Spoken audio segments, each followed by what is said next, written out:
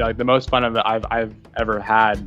Yeah, like just like rock climbing in Zion with my friends who were also at Gateway. I like look back at that and I really just like think like that was like pure fun, and the purest fun feels the healthiest. Episode 378. Tom Anderson learns to conquer his drug addiction at age 17 by focusing on adventure and the outdoors. This episode is sponsored in part by Candidly Pet Food. You know your dog is the best part of your adventure, and a great way to keep him happy and healthy is by feeding him the best pet food. That's why you need to check out Candidly Pet Food. Candidly is an independent and family-owned pet food company who uses the same care and the same quality ingredients they want for their own pets when making their pet foods. Check out candidly.com/podcast. You're listening to the Adventure Sports Podcast, brought to you by 180 Tech. We talk with adventurers from around the globe to bring you the inspiration and motivation you need to get started in the outdoors or to keep you moving if you're already there. Hey guys, this is Travis. I wanted to start out today's show by thanking our two latest patrons. We have Brittany and Bowen that have joined up.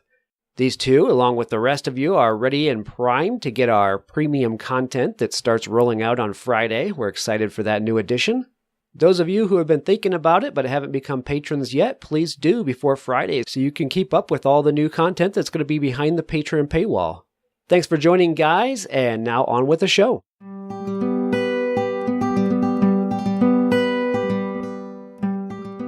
I have a special show for you today. Thomas Anderson. He's in California, and he has a remarkable story, a story of how the wilderness healed him. He is 17 years old, still in high school, looking forward to graduating next year.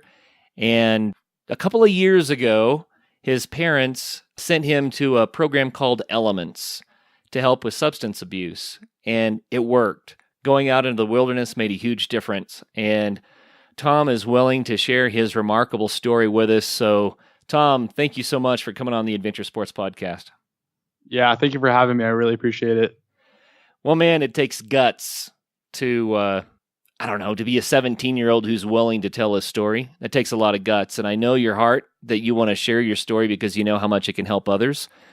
And so just straight out of the chute, I want to say thank you on behalf of me, and thank you on behalf of the listeners, and especially on behalf of the people that are going to hear this and be encouraged and hopefully get the help that they need. So thanks, man. Yeah, thank you. Yeah, I appreciate it.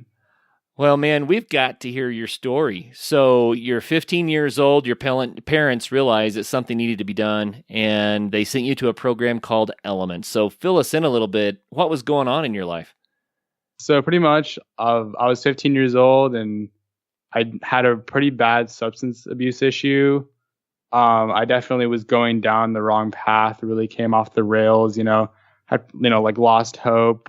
I kind of had given up on school. I was being very disrespectful and very defiant with my parents and with everybody kind of like who's trying to help me. They put me through a few smaller, less time consuming programs, and nothing really worked. And so, they were really at a loss, and they found out about Elements, and they made the decision that it would be the best option to get help. And it ended up being the best option. So how long had you been involved in substance abuse, just roughly? I had just started sophomore year, when I went to Elements, and I had started, doing drugs and kind of becoming more defiant and becoming more one of the, kind of troublemakers when I was, 7th grade. So that's kind of really where, I really started my downward spiral. So you were a good 3 years into this anyway. So this was no small thing. Yeah, no, yeah. This is definitely, it definitely was something that, had been going on for many years, and my parents, just didn't know what to do. Wow. Again, thank you for your candor and for sharing with us your story. What kind of flipped the switch for you? So you went to this Elements program. Why don't you tell us, first of all, what that is? Sweet. Yeah. So a wilderness therapy program is a program that takes troubled youth with, substance abuse, depression, anxiety, other addictions, eating disorders, the list goes on. But it really takes, youth who are, struggling in life, and puts them out into the wilderness, and kind of like shows them the therapeutic aspect of being out in nature. And also, it also challenges them. As I like to think of it, it really breaks you down. They definitely use the kind of elements of, like no pun intended, but like they definitely use the elements of nature to kind of challenge you and break you down and then build you back up to become the best person that you are to make healthier choices. Wow. So it sounds like the program is carefully thought out and orchestrated, but how much of this would you attribute to just getting into nature? How big of a part was that? Okay, that's a great question, because I think it really was a good experience because it took me out of my element at home. It took me away from all that distraction that was at home. We were many, many miles from any civilization. We were really out there, and we were nomadic. We was out in the San Rafael Swell. And so pretty much every day we broke down camp and packed our stuff up and hiked around. And so I got to see like a lot of cool things, and have a really good like experience getting in touch with nature. It was definitely well over 50% of being out there, and just like I didn't go into like a building for 14 weeks. I didn't like listen to any music. It felt very pure. It was definitely a very pure time in my life where I could just really just like redesign how I wanted to live my life, and more importantly, redesign myself. Wow. 14 weeks is a long time, man. Yeah. It might take a long time to kind of reboot, Oh yeah, totally. Yeah. And I just want to tell the listeners, I kind of know the end of the story, and we want to get the details from you about how all this transpired. But the end of the story is that you've been clean for a long time now, and you're looking forward to graduating from high school and going to college, where you say you want to study in psychology and in outdoor recreation so that you can become one of these wilderness therapists. So you're one of the success stories, man. Congratulations. Thank you. Yeah. I definitely, whenever I tell people my story, like I definitely refer to myself as like a success story, because I think I really am one of the products that wilderness therapy should really, is designed to do. Mm.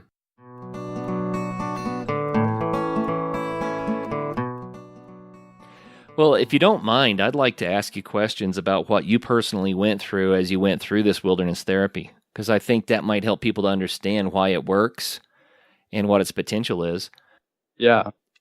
What did you think when you first got there? Your folks told you you're going, dude, and then you show up. Now you went to Utah to do this, so you're even away from home as well. Mm-hmm. A couple of states removed. So what did it feel like when you first got there? My parents, it was a very last minute decision for them to send me there.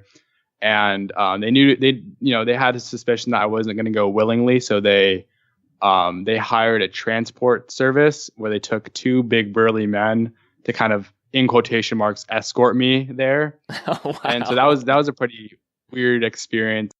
And they took my shoes and they handcuffed me, and they were like, yeah, we can use physical force if you try anything funny. And so that was a weird experience. And then we got to the Salt Lake airport, and they drove me around 4 hours into Huntington, Utah, where Element's office is. And so they kind of just dropped me off, and I was greeted by, I didn't know at the time, but what ended up being one of the people to drive me out to the field.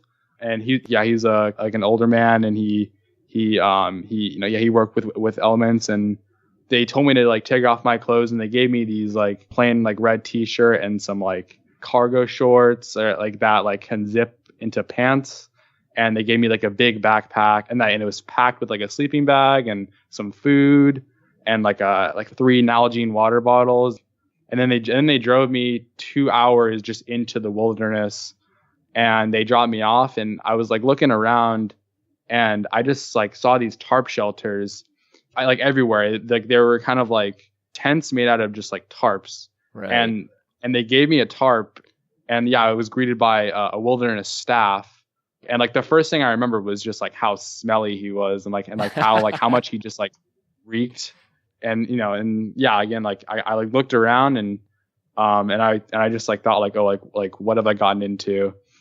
So yeah, so like my first 3 days, so I should start by saying in a wilderness therapy group, there's about 5 groups and elements, but each group is like it fluctuated between 3 and 9 people.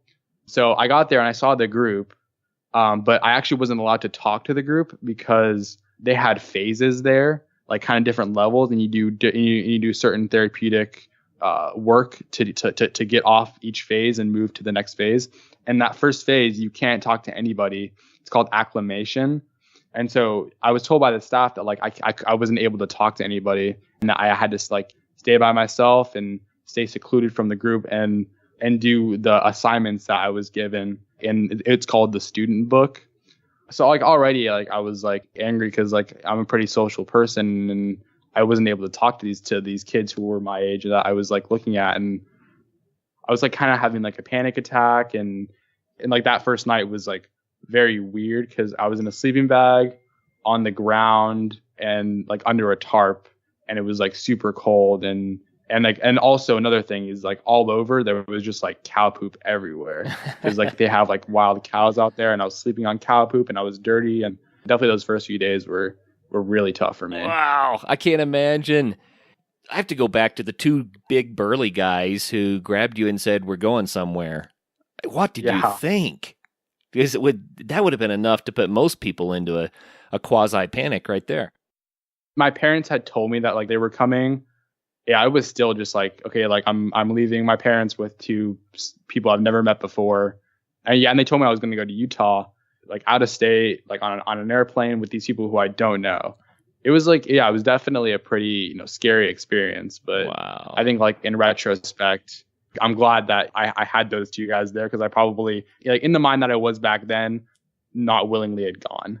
Yeah, I used to work with inner city kids a fair amount, and I would take them into the wilderness. And there's a dynamic that I noticed that was really pronounced, and that was that a lot of kids that are struggling a little bit, they develop coping mechanisms, and part of that is distracting themselves, constant distraction. And so that might be, the way that they carry on with their friends. It might be music that I love music and I love Friends, but they would use the music to make sure they didn't have to deal with any of their baggage. You know what I mean? And yeah, it might be television, it might be drugs, but they use a lot of different things to stay distracted. And man, growing up is tough. It's hard for everybody. I don't care who you are. Everybody has to go through a lot. And when you get these kids completely removed from all those distractions, away from what they're used to, their comfort zone, so to speak, and you put them into an environment that's brand new and different, then suddenly they start unpacking that stuff on the inside. And I've seen it over and over and over again. I get it. You got to pluck someone out of their routine and out of their distraction sometimes so that they can begin to deal with the realities that they need to deal with. Was that your experience? Yeah, definitely. Yeah, like I definitely felt as if I was taken away from all the distractions, every negative coping skill that I had was just like stripped away from me. But at the same time, I was put in this place where I was surrounded by so many positive coping skills. Like, like once I was able to interact with the group, I was able to, talk with kids who were from different places, like I hadn't really been exposed to people who were from outside of California before. We used to hacky sack a lot, which is, I still hacky sack too, like to this day. Like the hiking was actually super cool because I got to just see, things that we'd never get to see being a kid from California. So yeah, like I definitely felt as if, all those negative coping skills were just like, I didn't have them there. So I had to develop new ones. Well, did you resist the program at first? Were you wanting to leave and wondering how long you're going to be stuck there and all that? To be honest, I was pretty scared from the other kids in the program. I had heard of these kids who, go into these programs after wilderness, and like they'd be there for like 2 years and stuff like that. I definitely missed the program, but this is like a little funny story. Like I tried sending my parents, like, cause like you had to write your parents a letter every week. And I tried just sending these like little messages in the letters to my parents, kind of SOS kind of like messages. In code, come save me. Yeah, exactly. Yeah, like in one letter, I darken like certain letters to like spell out like, yeah, like save me or bring me home or like, That's awesome. yeah. So yeah, like I definitely like try to do it, but later on when I brought it up with my parents, like they had like no idea. And then like I used to have a pet snake that died way like 6 years ago, and I remember like putting at the bottom like, oh, like please feed the snake. It was like kind of like a save me kind of message. Like I was like hoping that like my parents would be like, oh, like something's wrong, but like my parents were just like super confused. Like so yeah, I don't know. It's kind of like a funny story. I definitely wanted to leave. I was kind of hoping that like my parents would just get sick of me of like not being at home and then pull me from the program. But yeah, that obviously didn't happen, which I'm glad it didn't, because I definitely learned a lot of things, and I'm glad that, you know, like I didn't leave the program early. So I definitely worked with the program the whole way, but I think as the weeks went on, it got more and more genuine. Yeah, I can see that. I was going to say, how long did it take before you were kind of with the program? You realized, no, something good's going on here. It was definitely like 6 weeks to, yeah, like it was like that 6 week probably for me was the changing week of where I was, I'm going to really change, like make changes in my life.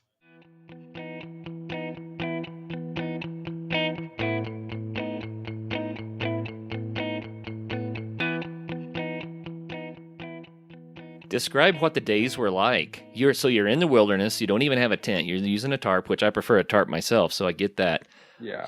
But you hiked around and did activities and worked through a student book of some sort. But what were these days like? I guess like a day in the life would be, and they wake you up by like a general like yell. Like the group that I was in was called Group 2, so they would yell like, "Good morning, Group 2," and then say they would announce if we were going to go hike today, or today was going to be what we would call the rest day, where we just kind of chill out at camp. So if it was a hike day, we would have to pack up our tarp shelters, get our shoes on, and pack our bags. And that was timed actually. And if we didn't make the time, we would have to eat breakfast in silence. So like after that, we would go into the main camp because we slept separate from our regular camp because of issues with, you know, animals and stuff like that, because there's normally food at the main camp. Right. And didn't want, you know, animals coming up to us when we were sleeping. So we go back into the main camp, and we had every single breakfast I ever had there was grains and oats mixed with powdered milk. I never want to eat like oatmeal again, because it's just like for 97 days I had oatmeal. So yeah, so it was the same breakfast every single day. So once we had breakfast, we would clean our cups with dirt, which actually cleans like silverware super well, actually, if you're ever camping. And then we'd have to break down camp. And the whole thing that Elements kind of like bases themselves around is low impact camping. You know, it's kind of like the leave no trace that like the Boy Scouts have. But like they were like really, really, really thorough with it. Like, you know, it's like, yeah, it was like leave no trace to the extreme. So like if we had a fire the night before, we would have to like, it was called crushing and sifting, where we would take the ashes and we would crush them like with a rock until it gets super thin. And then we would take a bucket with holes at the bottom and sift. And we would have to walk around and we would sift it. And it was so tedious. And like the whole purpose of that was the way that like they kind of judged us on whether we left camp, you know, in an exceptional way was, you know, like if somebody went there, they would never know that humans had been there before. It's kind of like how it's like kind of like what they were basing their judgment off. Do you think that there was an ulterior motive too? Taking care of nature is a big deal, obviously, but could it be that they were trying to teach you guys that there were things worth taking care of? Yeah. Actually, I was actually thinking about that today, because I think that actually really helped me with like my life skills. Kind of like now, like whenever I leave a classroom or whenever I leave a room, I always make sure that like, okay, like, do I have everything? Am I leaving this place better than I left it before? It's like the mindset that I'm in now, because I did it for so long, where I was like, okay, I need to leave this place better than I came to it. And it definitely was a big metaphor for just like cleaning up after yourself wherever you go. So then you would eventually get to do a hike. How far would you hike on the hike days? On average, it would take pretty much like the whole day. We would have these big backpacks on us, and we'd be carrying our sleeping bags, our tarps, our food, group food and also pots and pans that we used to cook in. And we would hike, I want to say like 6 to 13 miles every day. Like it was a very like it ranged. It definitely ranged, but I think it definitely was around that. Man, that'll get you in shape. Yeah. I definitely saw a lot of kids lose a lot of weight there. Wow. I've heard a lot of people who are distance hikers talk about hiking as kind of a meditative or therapeutic experience because you're just walking and looking and walking and walking and looking, and there's not a lot to do besides sort out your thoughts. Did you find that to be true in your case? Yeah, definitely. Yeah, like because like when we were hiking, like a lot of talking happened in between, like the staff and each kid, and but yeah, sometimes we would just do like mindful hiking where we would just be silent and just like observe. Yeah, I definitely think that it was really really therapeutic for me. Just again, I just got to see things that were like almost out of like a Western movie. It was so cool. Yeah. You said it was probably around 6 weeks into the program when you realized, no, this is doing something good for me and I'm on board with it. But then you were there for another 8 weeks after that. So how did you progress? Yeah, I guess a big thing that I worked on there was leadership and just like assertiveness with my peers. Because, like in addition to everything, they have you do these exercises within the group with each other that are definitely life skills at a microcosm. It's like we would have like a leader for the day, and that person's job was to, like assertively make sure that everything was going to get done, that we packed up camp in a, timely manner, that you'd go around and check for trash and make sure that people like cleaned up after themselves. So I think definitely like that was like the biggest thing that I progressed in, but the list goes on. I mean, I definitely just kind of like learned, self-love, self-care, eating well, sleeping well. And then, just like kind of looking at my life in a positive light. Those are all skills that like, I learned there, and it definitely showed me a healthier style of life. It's about breaking old habits, but it's also about replacing them with new ones, right? The healthy ones. And that's what you're describing.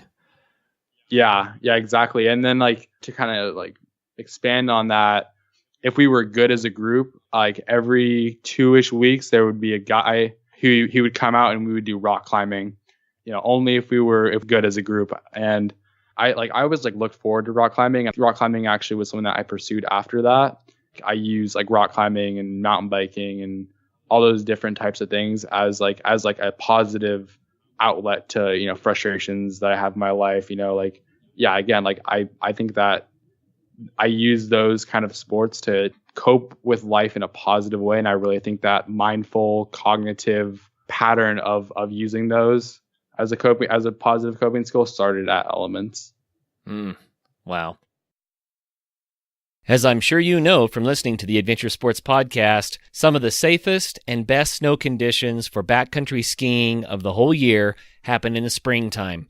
And Bentgate has the gear you need. Come check out the latest in alpine touring, telemark, NTN, and splitboarding gear. They have brands like Black Crows, DPS, Dynafit, G3, Icelantic, K2, Technica Blizzard, Arc'teryx, Mammoth, Solomon, Volley, Neversummer, Jones, and BCA. And you do need to be safe out there. Bentgate has the latest in avalanche safety gear. They have beacons, airbags, shovels, and probes, and they're ready to help you educate yourself on snow safety. They also rent out gear, so you can get your skis and your boots there, as well as your avalanche safety equipment. What's more, they also have free demo ski days at local resorts, so you can try out the latest gear. Now, how much fun does that sound? So swing by Bentgate in Golden, Colorado, or go to bentgate.com to find your new gear, as well as to get updates on all of their events. Dogs make the best partners for outdoor adventures. Good food keeps your dog happy and healthy for those big days. So feed your pets Candidly. Candidly is an independent and family-owned pet food company who uses the same care and the same quality ingredients they want for their own pets when making their pet foods. In keeping with their commitment to pets and their people, Candidly has taken the first steps at Candidly Farms to getting involved in growing the ingredients that they use. Go to candidly.com/podcast to try Candidly for free by requesting a free sample, and you'll get other special offers too. That's CANIDAE.com/podcast. Again, that's Kennedy.com/podcast. So what do you think? This may be an interesting question for you because you're just going to have to kind of guess, but what do you think your parents were going through during this time period while you're away? Yeah, so I mean, like I've talked with them like a lot about that, and yeah, like they'd always sit down at dinner with my sister. I have a younger sister. They'd always sit down and they'd always be wondering like, what is Thomas doing right now? Like what, or they call me Thomas. To them, I'm known as Thomas. To my friends, I'm known as Tom. Like they would sit down at dinner and kind of be like, oh, like I wonder what Thomas is doing now. You know, like I know that they were always constantly thinking about me, and they really missed me. But yeah, I think it definitely was really hard for them to have me not at home. You know, I think they definitely missed me. You know, like only having letters to your son, I think is really tough. And you know, I missed a few family kind of get-togethers. You know, I was in Wilderness for Thanksgiving. It was definitely hard on my parents, but I think it was definitely worth it because as a family, we are so much more happier than we were 2 years ago. So it was not just healing for you, but healing for the entire family. Yeah, definitely. Yeah, because like my parents also had to do assignments. Yeah, I think something that people kind of guess wrong about these programs is that you know you just send your kid off and they come back perfect. But it actually isn't like that because I think in order to keep your son or daughter healthy, you need to be doing the equal amount of work that they're doing. And like, yeah, so I mean, like they weren't physically right alongside me doing the work, but they were at the same time that I was working on myself. They were working on their self. They were working on their marriage. They were working on how they could improve home life. And so, yeah, like it was definitely an equal amount of effort on the whole family. Wow. You know, it would take a lot of commitment. You know, I have to say it. Your parents loved you a lot, man. Yeah. That's something I wish I had seen when I was, you know, going through all of that, because I think, yeah, what Elements did for me was really like have me like acknowledge that, like, and even just like acknowledge the fact that like my parents, like, I think like when a lot of kids get there, it's like, oh, like my parents sent me away from home because they don't want me at home. It's like, no, like your parents sent you away. You know, they didn't necessarily send you away. Like they gave you a gift. And I think like for a kid in Wilderness, their parents sending them there isn't a gift. It's like they'll view it as like a power move or something like that. But with everybody who I've caught up with from my Wilderness group, in retrospect, they all think it's a gift. And like, I really think that my parents loved me. But they just like didn't have the resources at home to support me. And I think that they did the right thing by sending me to Elements. That's quite the story, man. So how'd you graduate from Elements? How did they wrap it up and say, okay, you're there, now what? So I think that I don't want to like, you know, I guess like kind of be bragging, but I think that I actually moved through the program quite quickly. I think I made a lot of progress a lot quickly than my peers there, because I think that because from the start I was pretty much willing. You know, like I had some episodes of I just didn't want to do it, but like I think, you know, looking, you know, in the grand scheme of things, I definitely worked out my whole process there. So my parents came out for a visit, and I was you get one parent visit throughout your stay, and your parents get to like kind of like see how you live, and you make their food, and you make their fire as well, because that's also like another thing that I learned out there was bow drilling, which is like making fire using like just like sticks and stones, like literally. And it's like the sticks and stones you find and you carve by yourself, and like in order to make a good bow drill set to make a fire. And they sleep with you on the ground, and you make like a tarp with them. So my parent visit was definitely very very strong kind of like bond with my parents, because I hadn't seen them in 6-7 weeks. But yeah, like back to your question, I remember I was talking about how excited I was to be at home. And my parents, with my therapist there, had told me that I wasn't going to go home after Elements, that I was most likely going to go to a residential treatment center afterwards, which is like an aftercare program, it's a place for kids to go after a program like Elements, you know, if they need to continue the therapy. And that was definitely my case. I think that I definitely worked through a lot of things, but I also needed a longer term sort of care to kind of for it to really stick with me. So actually for around like 4 weeks, I was just at Elements kind of waiting for my parents to choose a residential place for me to be. And also I was waiting for a spot to open up. Knowing that I wasn't going to go home was really hard because, I'd already been away from home for, quite some time. I was just thinking like that was like my main goal then, was just to get home. So I was really upset. But my parents sent me a letter saying that I was going to a place called Gateway.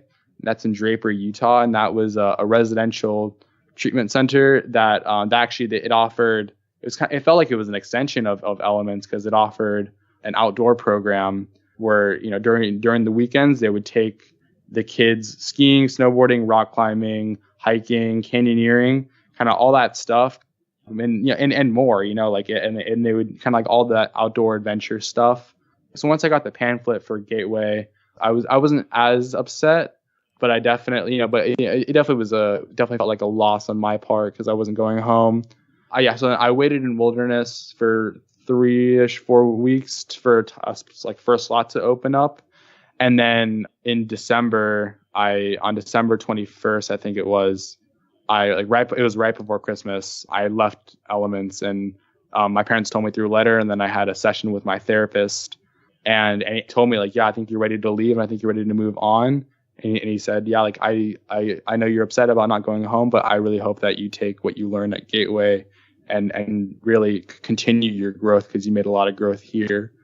So yeah, so then the next day they had one of the transport people come out in a truck, and they drove me to the base. Then I looked at myself in the mirror, and it was my first time looking at myself in the mirror, like my whole time there. Wow. And it was the weirdest experience. Like I can't describe it. Like looking at yourself in the mirror after not looking at yourself at all for 3 months is the weirdest experience. My hair had gotten probably like 4 inches longer. Like it felt like that. And my hair was down into my nipples, and like, kind of like my chest area, and my facial hair was like, it was like, pubescent boy facial hair, but it was it was the most facial hair I had ever had. And like, I just remember like looking at myself and just like thinking like, wow, like I have really matured. And I felt that way too. And then I put on my like regular clothes too. I put on my own clothes, which is, I definitely felt like that was definitely a more special experience for me. Like kind of like, because I've been in these clothes that like the program had given me, and it just kind of like that comfortability of being in your own clothes is a great experience as well. And then my parents were there, and they were there to drive me to Gateway. And, I drove with my family and just talked with them about my experience. And my sister was there, and it was super nice to see my sister, because I hadn't seen her, because she didn't come out for the family visit. It was a lot of emotions, because I was only with my parents for three-ish hours before they dropped me off at Gateway. But I was happy that I was leaving Elements and moving on, but at the same time I was super sad because I wasn't going home. And I ended up being at Gateway for 13 months before I went home. So yeah, like that's kind of how everything kind of like wrapped up at Elements. Wow. So 13 months at Gateway. And so now you're not living in Wilderness anymore, but you are doing adventure sports and wilderness sports through Gateway. Yeah. Because like now, like a lot of the kids that I've been in touch with, like they kind of stopped the adventure sports, kind of like that we were doing at Gateway and at Elements and stuff. For me, like it really, really, really struck kind of like a place of, I guess, like passion for me. And like, yeah, like, like I love mountain biking and I love rock climbing, and I do one of those things pretty much every day after school. And I find it is a really good way for me to kind of just let out some negative energy and put it into something positive. But also I've made a lot more healthier connections through the rock climbing and the biking. I find that the most positive connections that I have in friendships are with the people who I can go rock climbing with, or who I can go mountain biking with. That has to be one of the hardest parts of this, because the reality is you can't go back to the same people that drug you down the first time, Totally. Yeah. Like I've had to totally restart. I went to, I started at a new school, like, totally new friend group. And the honest truth is I really don't hang out with kids my age because I find it's just too immature. Because I find that I get very frustrated when I hang out with kids my age now because I've gained all these adult skills at such an early part of my life. I feel that I'm the only adult there when I'm hanging out with my friends who are 17, 18. Even people who are a little bit older than me, I feel so frustrated because it's like I do really feel like I'm much more emotionally and mentally mature than them. I mean, like they may be older than me, but I think I make healthier decisions. And well, dude, you've been through it. I try to surround myself with like more mature people who are a little bit in their 20s and stuff like that, because I just find it's just like less games and drama. It's just definitely and it's definitely healthier too, I find. Well, that's wise. When you go through a life changing experience like you did, then you find that you have to find your new normal, your new group, and that's what you're describing. And I think that's appropriate. It's totally appropriate. But hate to tell you this, Tom, you'll still find immature kids in their 40s and 50s too. Yeah. It's just real life. Yeah. Totally. So that's the way it is sometimes.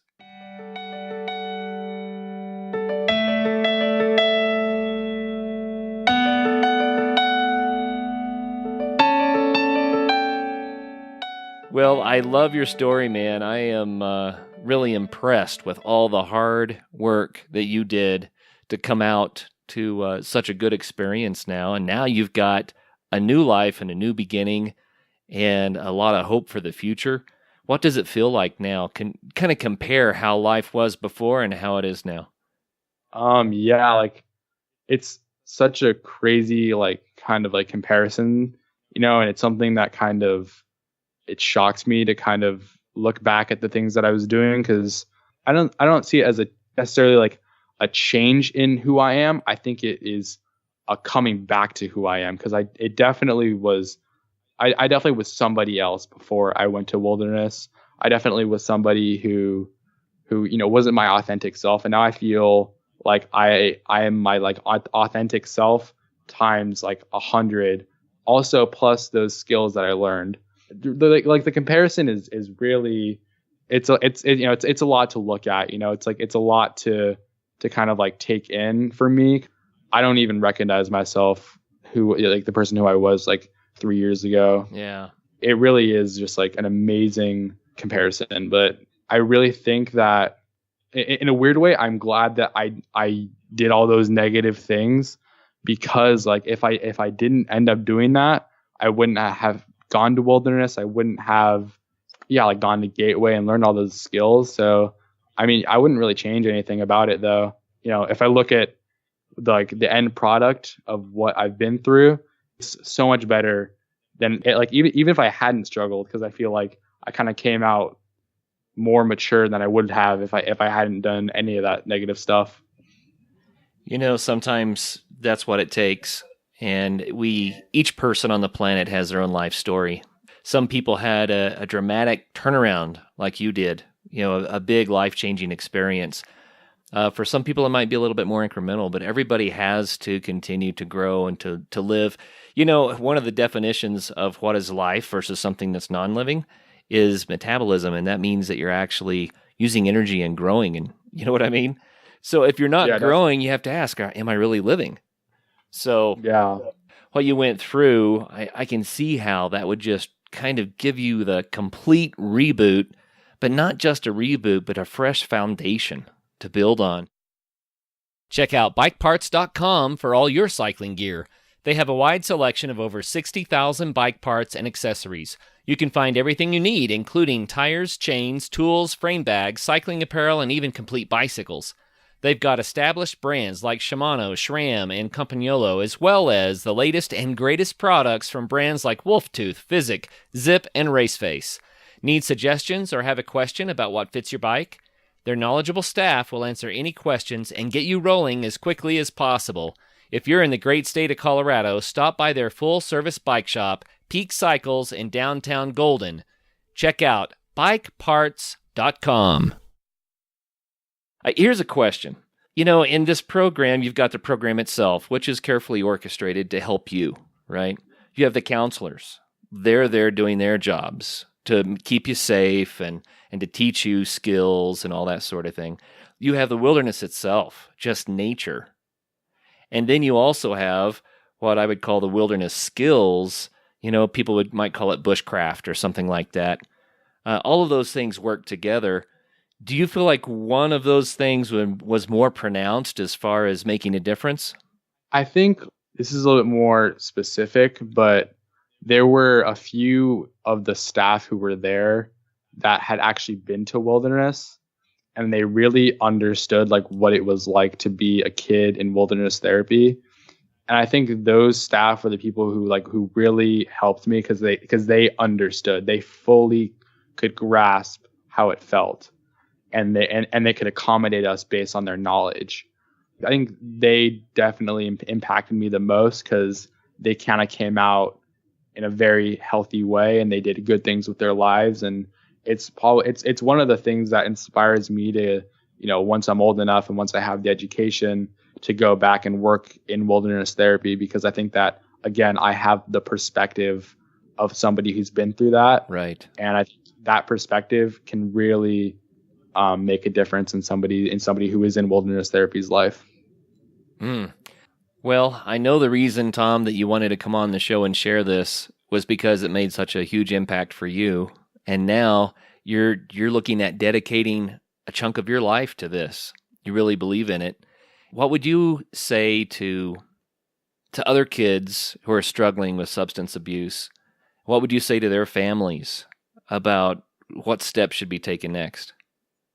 Yeah, I think something that I would like to say is just like, for the parents, like if you have the resources to put your child in a program like that, or if you have the resources to put your child in a similar situation, I would definitely would. And it's really hard. Like I can tell from my parents' kind of like explanation of it, like it's really hard to send your child like away from you. But I think it's hard now, easy later. Versus if you continue kind of like going down that path at a young age, it's gonna seem like it's easy. It's gonna backfire at some point in your life.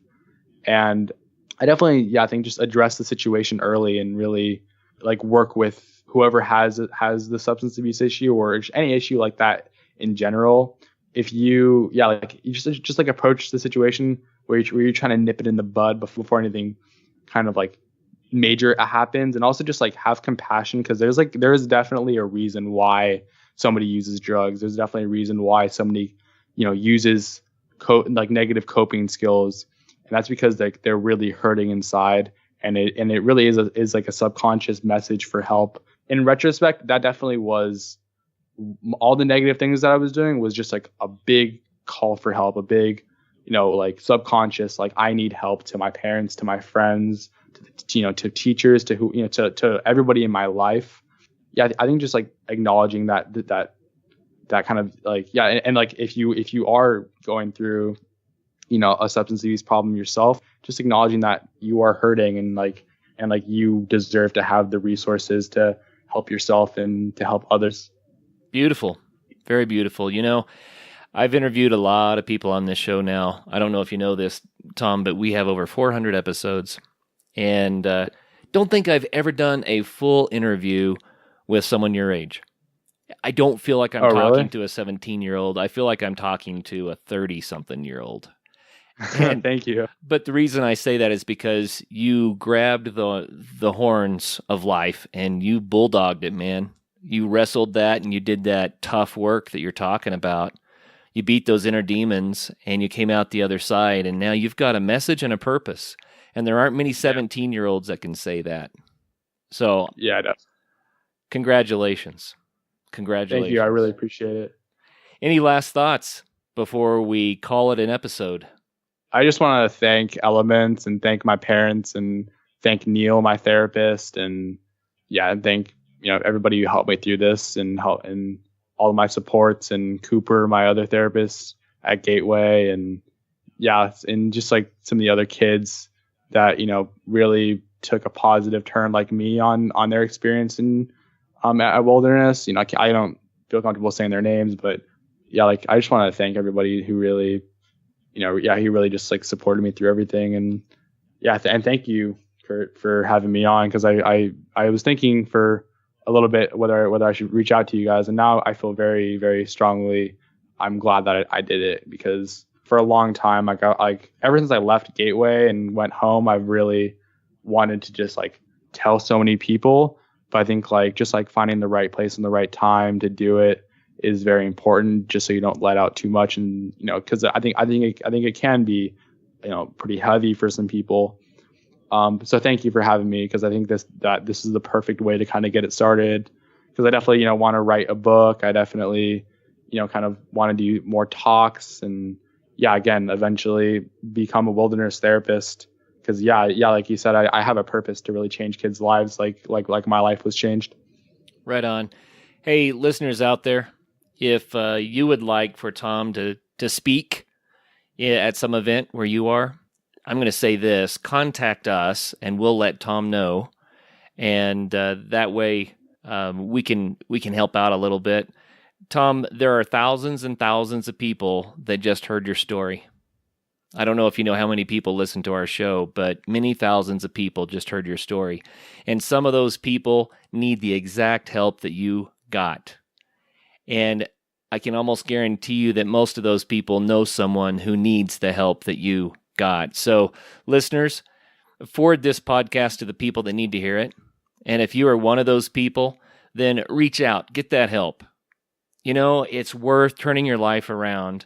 We talk about adventure sports, and we end every show by saying get out there and have some fun. But there's a reason for this. The stuff works.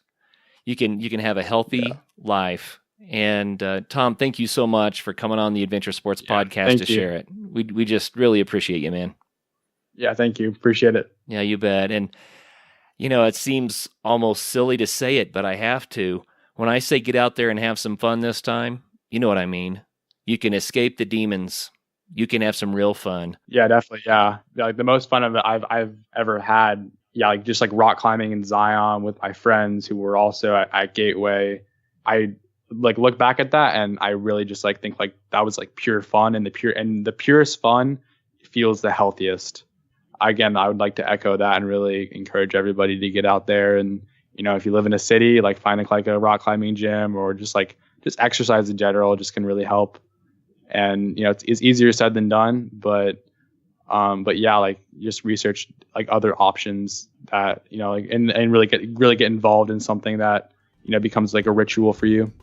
Right on. You know what? I could not have said it better myself. Cool, man. Awesome. Thanks for listening to this episode with Tom Anderson. What a powerful story from a youngster in the adventure community. I hope his story helps others out there. Please do pass on this show to someone who might need to hear Tom's story. And make sure you don't miss our first Outside the Box series episode on Friday. That's going to be for Patreon members only. So make sure you sign up on patreon.com/adventuresportspodcast and you'll be ready to get it. Until then, get out and have some fun.